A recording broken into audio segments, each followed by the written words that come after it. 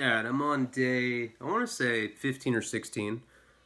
No kratom, no benzos, no GHB, not even weed. I'm just totally sober and it sucks. But it's only the initial phase that sucks of being sober. I'm still not really sleeping well, don't really have an appetite.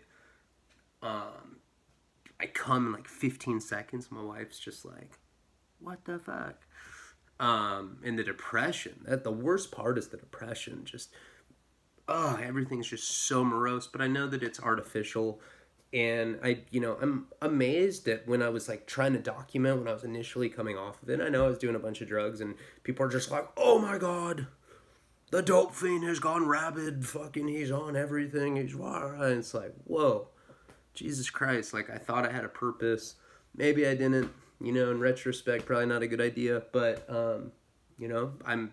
Fact of the matter is, I'm 2 weeks off, 24 milligram habit of Suboxone, and I need to give myself a round of applause for that. I'm completely sober again, and I just couldn't believe the criticism. I mean, really, I guess it's my fault just for being so hypersensitive. I shouldn't care what strangers on the internet are saying. I've said it multiple times. If you're talking shit, you're probably just really unhappy with yourself, because people that are happy with their lives don't like talk shit to people they don't know. They just don't. People are saying all sorts of weird stuff like, oh my god, he's moving. He's moving. He must be on crystal meth. Bullshit. If I was on crystal meth, I would be in a dark room masturbating to porn for hours on hours, and I wouldn't come out, and I would smell like fucking masturbation and meth and sweat. And that's why I don't do it, because it turns me into a weirdo. So you're wrong about that. So thank you for everyone that supported me. Monty Harris, I'll give you a specific shout out for the continuous support. But there's a lot of other people that supported me in other ways. I paid my rent. Somehow I was able to manage and juggle things, and I was able to get the official version of the album done. Now we're just going through like the legal process of like getting all this stuff cleared and getting publishing rights to stuff. But thank you for everyone that has helped me. The bootleg version is still up, but any day the real version is gonna come up. It's gonna be cut a little bit so I can put it on CD. And then we made the skits a little better. We made the bro chop porn a little more hardcore, Sex Riot a little more realistic. I'm really proud. I mean, it's important work that I'm doing. And so yeah, so thank you for everyone that was supportive of me. I'm glad I made it this far. I found out another one of my friends just died, JP. If you guys remember that story, the Baker Brothers, which I read at it was like a reading I did some years ago up in wow, I can't Berkeley. Some reading I did up in Berkeley where I was talking about him. He was a gambling addict, and I used to sell coke for him. It's when I had the 2 kilos or the kilo and the gun in my car, and I got pulled over. That story, that JP, he died of an overdose, and that sucks. So, rest in peace, JP.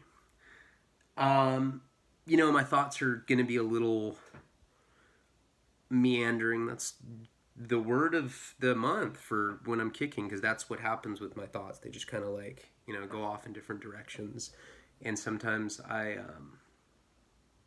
forget what I'm saying, and it's not as easy to externalize my thoughts or articulate what I'm trying to say. So bear with me. So let's get into the story. Sorry for the ramble. This is the marriage. I don't even know which part. I don't even really remember what we were talking about last time. But I think I'm going to go from where I think we are in my mind. So CPS got called on us from that tattooed whore that was in the motel room next to us.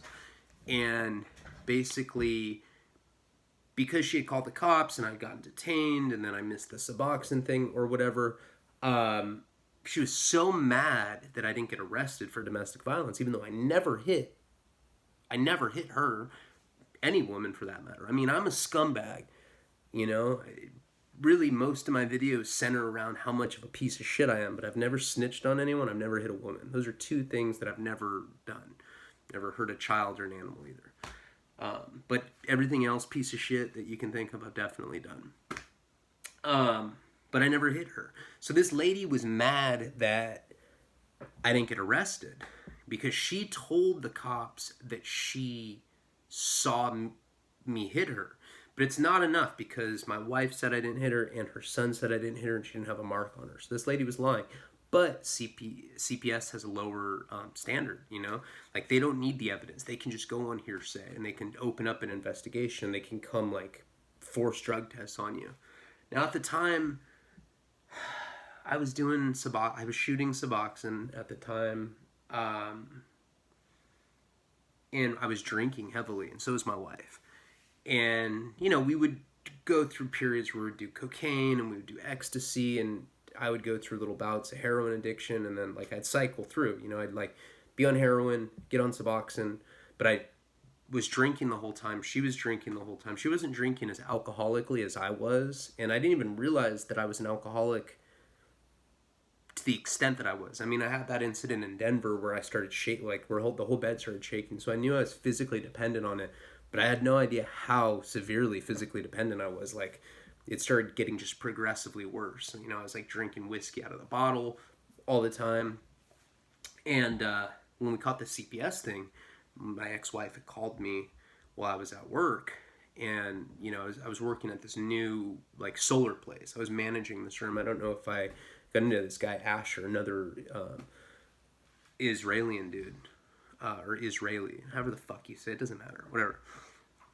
I was managing this room, and she had called me from there, and she's like, oh my God, CPS came and they questioned me, and, like, they want to talk to you. And I'm like, I had no legal custody over her son. I was married to her on paper, yes, but I wasn't a guardian. And they wanted to drug test both of us. And they wanted to interview me. And then we had to, like, come up with, like, people that they could interview about our character, like character witnesses about us. It was just turning into this, like, big, like, just mess of drama because of this. I had to say it because it's politically incorrect, but this fucking bitch that was next door to us that just wanted to create problems for us. So, another thing is right around that time, when I was managing that room, there was this, like, young Hispanic guy there. I forget what his name was. He pretty much came up to me and he's like, hey, dude, I'm on parole. I don't want to work here, but I need to be getting paychecks. So I sell Coke. Here's an ounce of Coke. You can have this, just if you can just, like, fill out the time card slots and sign off on them so I can get paychecks from here. I'll give you an ounce of blow a week. A cocaine in California and LA costs like $600 for an ounce of, like, whatever, like, average Coke, you know, nothing great. But I was like, for sure, yeah, give me the ounce. So I'm at this new job and I'm constantly going into the bathroom and shooting cocaine, like, all day, every day. Even though I know CPS is going to drug test me, and I know they're going to drug test my my wife at the time. But this Coke just, like, magically appeared in front of my face, this whole ounce of it. So, you know, I don't tell my wife that I have all this free cocaine. But she can definitely tell that I'm acting weird. Plus, I'm getting skinny. I mean, you can't act normal when you're injecting Coke. You just can't, you know, and I would, like, come up, and no matter how much I drank to try to balance it out, I just couldn't really act normal. So she was constantly accusing me, like, she's like, you're on drugs. And I'm like, I'm not on drugs. And, like, I had, like, fucking black bags under my eyes. It looked like I had shiners. I was like, that's how I would look like a raccoon, you know? Like, that's how fucking strung out I was. And I was just shooting Coke all day at this place. I don't know how I was even functioning as a manager of this place. Because shooting Coke's not like snorting it where you get all talkative. Like, shooting it, you get catatonic on it. I would shoot Coke into the point where I'd just be, like, on the toilet stuck. You know, hearing trains and helicopters and shit in my mind, you know, and I'd just be, like, stuck in my, you know, LEONE, what are you doing in there? I'd be like, nothing, Asher, I'm taking a shit. And this was like going on all day, every day. So eventually I have to talk to CPS. And they see me in this state. Like, I look like, have you ever seen Ferris Bueller's Day Off? When Charlie Sheen is, I forget what the actress's name is. Is it, I don't remember. But when Charlie Sheen is like the dope fiend and he's like in the police, I look just like that. But I wasn't like wearing leather jackets or, you know, it's not the 80s or whatever. But I just look like the quintessential drug addict. CPS sees me and they're just like you can tell they're just like straight judging me. And they're like, have you ever been arrested for domestic violence? I'm like, yes. Are you on probation or parole? I'm like, yes. Have you ever had any drug sales convictions? I'm like, yes. I don't think I said no to anything. They asked me like 60 questions, all of them going against like our case. And they're like, will you submit to a drug test? I'm like, I shouldn't have to. I'm on federal probation right now and I'm testing clean for them. They're like, okay, can you give us 3 character witnesses? I'm like, sure. And so, you know, I had to call people and ask them if CPS could call them. And most of my so-called friends were like, fuck no, I'm not doing that for you. You are a piece of shit and you shouldn't have a stepkid. I'm like, why do you say that? And they're like, because you're a drug addict. You should not be around a 5-year-old. I'm not. There's no way I'm going to, like, advocate for you to have a child. You shouldn't have one. I, like, you know, there's, like, a couple friendships that I just, like, straight cut at that point because they won't back me up, which is, in hindsight, ridiculous. They were completely right. I was wrong.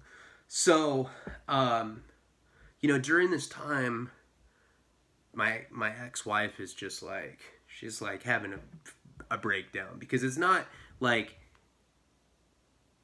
you know, there's reports that the whole CPS case is centered around me beating her.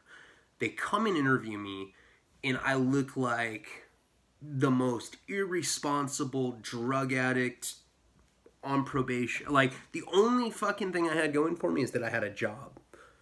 You know, it's like, I'm a manager of a telemarketing place. Of course that's what I'm doing. That's like the best thing someone in my condition could have at the time. I'm not knocking anybody that's running a room because it's hard work, but I'm just saying that I didn't impress them whatsoever. She's just like so paranoid that her kid's gonna get taken. One night she's like, shoot me up with Suboxone. I can't take it anymore. And I'm like, okay, fuck it. I'm all drunk. I just wasn't thinking about it. And she, you know, she told me she had never shot up before, but I would later find out that was bullshit. So I shot her up with Suboxone, and she liked it because it numbed her out, and now she's doing that. So now she's pretty much just a junkie with me. And we're like both going downhill pretty quickly. And she has to test for them. I still would not test. I like refused to do it, and my wife didn't know that I was, you know, on so much cocaine. I think she started figuring it out though when I would like, because it got to a point where I couldn't find, you know, like, I just had no veins. You know, coke, like, just destroys your veins. So I started smoking it. And it's really hard to conceal smoking, freebasing cocaine. I mean, I would stink up my car, and she would come in. She's like, it smells like crack in here. I'm like, what the fuck? It's absurd. I'm like, literally, I probably lost 30 pounds since I started working at this place. And she was like on to me. So she eventually tests for CPS, and she's really scared that they're going to test her for buprenorphine. I'm like, I really doubt that they're going to test for that. And, you know, the whole time leading up to it, she was really concerned about that. But she ended up passing the test. I never had to take it. We had nobody doing this. Shows like what pieces of shit we both were, that we couldn't find one person to give us character testimony to CPS. Not one person would do it for either one of us. You know, every single person that we talked to was like, no, you guys shouldn't have a kid. So it got to a point where like my dad wasn't helping us with the hotel because I had the job. I'm making $1,000 a week, and we had to start looking for a new place. And I asked people at the room that I was managing, I'm like, hey, does anyone know, you know, anyone that has like a room for rent? We were looking for like a 1 or 2 bedroom apartment. And this guy, Anthony, that worked for me, he was like a Southsider. Forget what his street name was. Papa Spider or whatever the fuck. He's like, oh man, yeah, I know this chick and she's renting a room in Santa Clarita, or Canyon Country, which is like pretty much Santa Clarita. So we're still like out in the desert of LA. Cannot get out of this area. I'm working in the San Fernando Valley, but he tells me about this girl that he knows that has a trailer out there in Canyon Country. And she'll rent us a room in her trailer for like $300. And like I said, I mean, our time was like up for us to be at this hotel. And so I jumped on it. You know, I got the girl's number. I called her. I explained the situation. I'm like, yeah. It was like I think it was 400. Maybe 300 or 400, whatever it was. I'm like, yeah, I can pay that. We're just looking for another place. Her name is Jessica. She's like, cool. Yeah. She's like, it's just me. I live in this trailer. I'm not a weirdo. Are you guys cool? And we're like, yeah. And she's like, I don't know, Anthony's kind of a sketchball. Anyone he refers me to, I'm kind of freaked out about. I'm like, oh, no. We're like a totally normal couple. We never fight. I don't inject drugs. You know, I just lied to her about everything that was going on. So we end up moving into this trailer park. Now, in all my years of being a degenerate drug addict, I've been homeless.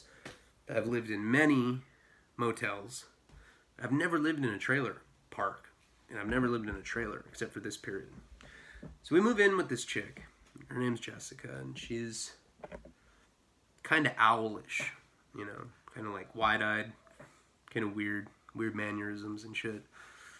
And I'm still getting all this cocaine every week, and I'm starting to sell a little bit on the side. I'm not doing an ounce a week, but I'm like smoking it, and I'm selling little sacks. And now that CPS, even though they can test my ex-wife at any time period, I like let her in on the fact that I have like this unlimited supply of cocaine. And so we're just like straight binging out on it together. You know, we're smoking it all day long. So we're not really noticing that we're living with this psycho tweaker chick, Jessica. She is a psycho tweaker. You know, like I said, owlish, you know, wide-eyed, doesn't really say much. Up at all hours, but we're smoking crack all the time, so we don't really realize that it's weird. Like, she's a tweaker, we're crackheads, so like our hours are the same. I'm staying for like 3 days, still going to work, and still somehow like delivering a really good performance there. We're like, I'm hiring good people, I'm training good people, I'm like, all the numbers are up for what we're doing. Asher's like, you're the best, Leone, you good white boy. I'm like, yeah, man. Then run into the bathroom and take a blast of crack. And like, you know, Jessica she didn't have a boyfriend when we moved in there, and we're just kind of like in this little cubby. We're just renting this little room in this trailer, and we're smoking crack all the time. And like, we have a 5-year-old, but he doesn't know what's going on. And like, I'm not proud of any of this, but just part of my life story. So one day, Jessica's like, she's like, I want you to meet my boyfriend. His name is Happy. He's like, hey, what's up, fool? My name's Happy. I'm from Long Beach. He's a fucking Southsider. Fuck. And he was not happy. That was like one of those ironic nicknames. This guy just had like a rage problem, and he was shooting meth all the time, and I didn't know that. But he just, you know, like, he definitely, I mean, we're like in our little room, but we just hear shit breaking all the time, and him yelling and being like, don't bring up the time that my uncle sucked my fucking dick, you fucking fat bitch. And we're just like, damn, dude. Pass the crack pipe. Who cares what they're doing? And her poor kid, you know, my wife's kid is like playing with like the trailer park people's kids, and it's just debaucherous, and we're so far out on crack. Remember, I'm on federal probation at the time. So I do get a call from my federal PO, and he's like, Mr. Leone, it's so inside a new one now. And he's like, I need you to come test for me. It was like in 10 days from when he told me. And I'm like, you know, I told my wife, I'm like, fuck. I gotta stop doing coke. Now, I was not doing heroin at this time, but I'm drinking very, very, very heavily. And we're smoking crack all day, every day. I have no idea how I'm going to work like this, but I am. I'm like pulling it off. And so I just like, I stop, and, like, she doesn't stop. She's like still smoking crack. Jessica and Happy are injecting meth at this place. It's just, when like you're doing uppers and you're in some weird environment like that, and then you stop and everyone is still going, it's like a big reality check. You're like, whoa, this is a really weird environment. And Happy's like, hey fool, let me get at you, dog. He's like, hey, you think you can get me a job at the place you work or some shit like that, fool? I was like, yeah, man, it's telemarketing. I mean, they'll hire anybody. They don't give a fuck. Yeah, I can, yeah. I'll start taking you with me to work. He's like, fuck yeah, fool. So he's taking me to work, and like, or I'm taking him to work, introduce him to Asher. And, Asher loves me because we're getting all these solar sales because of me, even though I'm a crackhead. And then right when I stop doing the coke is like my performance, like just, now I'm like drunk at work all the time, but like my performance is still pretty good. And so I bring Happy to Asher. I'm like, hey, Asher, this is Happy. I didn't know his real name. And Asher's like, he good? I'm like, dude, this is like one of the coldest telemarketers I've ever met. This is pure talent. He's like, I trust you. You good worker. I trust anything you say. I don't give a fuck. I let you out my wife. You know what I'm talking about? He'd like elbow me. I'm like, what? He'd say shit like that to me. And so anyway, so I'm in the room, and I'm supposed to be monitoring the people that work for me's phone calls. But, most of the time I'm just like on Facebook, or I'm just, like, usually I'm fighting with my wife. Remember, she called me one day, and, she had a car, and she's like, my car is gone. No. She's smoking crack all the time at this trailer park with Jessica. I mean, Jessica doesn't smoke crack, but you know what I'm saying. Jessica's doing the meth. My wife's doing the crack. And she called me. She's like, my car got stolen. I'm like, what do you mean it got stolen? She's like, it's not there anymore. So I'm like, did you call the police? And she's like, yes. And I don't know what's going on. Well, it turns out that she had a boyfriend before me that like had co-signed for the car. She hadn't made payments for like 9 months, and they had repoed it, because I guess they put like tracking devices in cars now, and they like found it somehow. And we finally like figured this out, and she's like, oh my god, my ex is such a piece of shit. I'm like, how's he a piece of shit? You haven't made car payments for 9 months. You're fucking this dude's credit up. Her credit score was 410 or something. That's why we could never get an apartment, because her credit was worse than mine. Like, she had bankruptcies, now she had repossessions, and like, she was way worse than me. I didn't say it on her credit, but she sucked dick on Craigslist for like Tylenol 3s or whatever she was doing. It was like all bad for her. So, I'm not really like paying attention to my employees. And one day Asher calls me, he's like, Leone, I need to talk to you about Ronaldo. I'm like, who the fuck is Ronaldo? He's like, this coldest telemarketer ever, you say, Happy? I was like, oh, his real name's Ronaldo? He's like, yes. I was like, I was like laughing at the name. He's like, this Leone, this guy, he's like the worst fucking telemarketer I've ever seen, I've ever heard. Don't you monitor his calls? You tell me he good, he fucking sucks.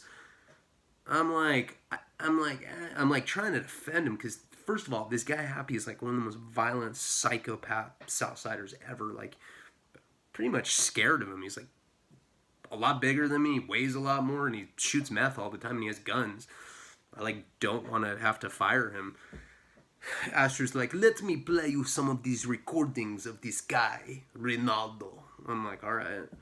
So he's like playing me these recordings of Happy, and they're so ridiculous. Like, we have like a script you're supposed to pitch to people. You're like, hi, I'm calling with Pacific Sun and blah blah blah. Whatever the pitch was, and we're trying basically the whole thing. It's like a gimmick. You're like, hey, what's your utility bill? We'll cut it in half, and like there's no overhead, and there's government tax credits, a little offset. We had like this whole like way of presenting it where it like made it sound like you weren't getting fucked, but you really were, because with solar, at least back then, it would put a lien on, it was on your, it would be added to your property tax. So basically put a lien on your house till you paid off this contract. And usually they were like 25 years. And, like we'd send these salespeople out and they would just kind of like sell solar to illiterate people that didn't understand that basically they were in, their house was going to have a lien on it for 25 years.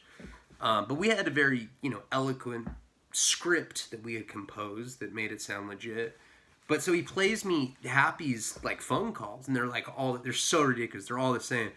He someone would like answer, and they'd be like, "Hello," they'd be like, "Hey, do you want solar or some shit for free? Cause like we fucking sell that shit. Hello, you fucking faggot." And like he's like, let's talk shit to them. And Asher showed me like dozens upon dozens upon. It made me look so bad. He's like, "Leon, I don't understand." I'm like, "Look, I never said he was a good telemarketer in English. Spanish. I brought him on because he speaks Spanish. Of course, English isn't his first language. He's a beast in Spanish, though." Asher's like, "He's been here for 6 weeks. He's not one fucking sale from this guy, Ronaldo. Fire him." I'm like, oh my God. It's like the last thing I wanted to do. So I had to fire Happy. And I didn't do it like on the spot either. I let him like work the rest of the day, and we like get in my car. I'm driving an X5 BMW at the time, and he jumps in. He's all had. It's like the first job he's ever had. Jessica packs him like sack lunches with like little tapioca, like single serving tapiocas, and like he has a banana. He's all like stoked. He like tries to dress up for work, but it's like a flannel and like like shot out construction boots with like dickies, like long dickies. He like thinks he's like dressing nice to work. And he's like all like he's always all like in a good mood when he gets out of work, cause like it's the only job he's ever had. So we're driving and we're like bumping music. I'm sitting there the whole time, and like I'm not on coke. I'm like trying to be clean because I know I have a drug test coming up. And this is before I started like mastering the science of beating drug tests. This was like back when I was still very scared that I would get it dirty. So if I knew I had one coming up, I would just stop doing drugs, which was difficult for me because I'm around it all the time. Happy, Jessica was shooting meth. My wife's always smoking crack. And so like, music's bumping and I kind of turn it down. I'm like, hey man,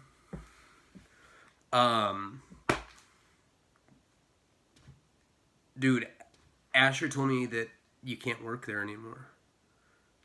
And he looks at me, he's like, "Stop playing, fool.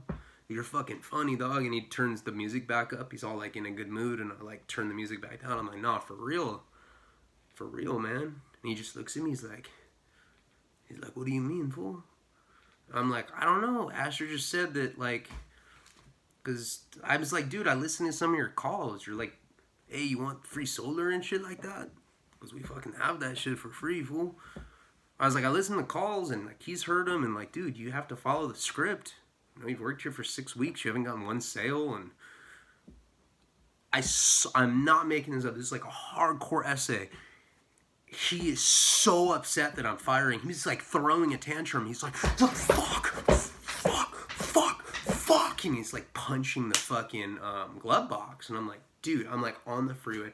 It looks so bad. I'm like, LA, right after, this like 5-6 o'clock when work gets off, we're in like bumper to bumper traffic. So people are just like watching this essay, just freaking out. And I look like this little bitch white boy, like driving the car, like, dude, please stop yelling. He's like, "No, fuck that. So I'll fucking stab Asher. I don't give a fuck. This is all my fucking familia. Fuck you." And I'm like, dude, fuck, this is the last thing that I want to deal with. So like, we get back to the house, and I like just go into the room and like close the door and lock it. My wife's like, "What's up?" I'm like, "Dude, I had a fire Happy." And she's like, she already knows he has a temper. him and Jessica are always fighting. She's like, how'd he take it? I'm like, I don't know. He freaked out, threw a tantrum. I was like, dude, I'm like scared to leave the room. And of course she's like cracked out. So she's like, for real? You think he's gonna do anything? I'm like, I don't know. Oh no. And like, so I like unlock the door and I like slowly open it. This fool's like walking around, pacing, and he's got, you know, I don't know what kind of, he's got like a Glock or something, and he's just pacing, pissed off, probably just a big ass shot of speed, right? And he's just pacing with this gun. And like I closed the door. I'm like, damn, dude. I turned to my wife. I'm like, hey, he's got a gun. And she's like, what do you mean? I'm like, yeah, he's like pacing. He's all pissed off. I'm like, he told me that was like the only job he's ever had. I was like, we gotta go. What if he tries to kill us or something? And you hear about shit like that all the time. Like crazy ass tweakers been up for like 5 days, shoot you over pettier shit than firing you. Like he thought that like I was in on it with Asher, you know. He's like, we'll fucking kill that fool, fuck that. Like now he wants me to like kill Asher with him. I'm like, hey, we need to just, there was like this little window and like her 5-year-old's in there, like 5-year-old's in the room, she's in the room, and there's this little window. It's like the only way that we can escape this place. And we'll get into what happens to that in the next video. I just want to put something up. But, yeah, things keep getting crazier. Thank you guys so much for watching my shit. Palabra.